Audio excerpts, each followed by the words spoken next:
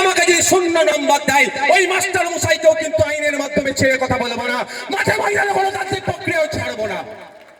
প্রশ্ন করেছিল তো, উত্তর তো দিয়েছি আমরা।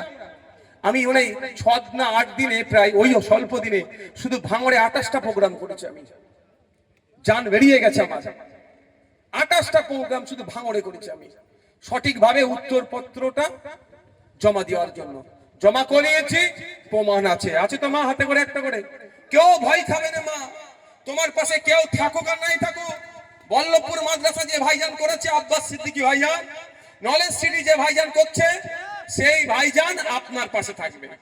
শুধু আপনার কাজ কি হবে, আমাদের নেতাদের মাধ্যমে ওই যে কপিটার একটা জেরক্স পাঠিয়ে দিয়া কি সমস্যাটা বলে দেওয়া, বাকি আমরা বুঝে নেব।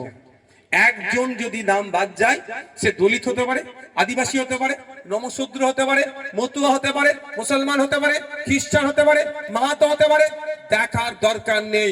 ঝাড়গ্রামের মানুষ হতে পারে, গোপালনগর ঠাকুর বাড়ির মানুষ হতে পারে, ফুরফুরা শরীফের মানুষ হতে পারে, দেগঙ্গার হতে পারে, ভাঙড়ের হতে পারে, কুলপির হতে পারে, কাকদ্বীপের হতে পারে, পশ্চিম বাংলার যে কোনো প্রান্তের মানুষ হতে পারে।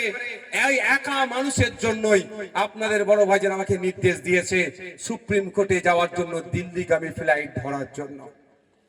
তবে মমতা দিদির মতো দিল্লিগামী ফ্লাইট ধরে বিজেপির সাথে সেটিং করার জন্য বলেনি, কিন্তু কোনো ভয় পাওয়ার দরকার নেই।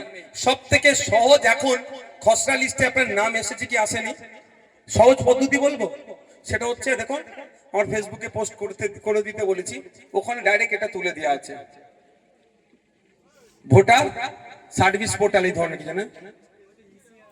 আচ্ছা, আর একটা সহজ পদ্ধতি হচ্ছে, যেমন ভাবে আমরা অ্যাপস ডাউনলোড করি, অ্যাপস যেখানে গিয়ে প্লে স্টোর থেকে বা অ্যাপ স্টোর থেকে ইসিআই নেট লিখবেন, দিয়ে দেবে, ডাউনলোড করবেন।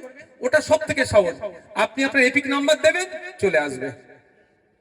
এপিক নাম্বার দেবেন, চলে আসবে। আমার ফোনটা দেখি।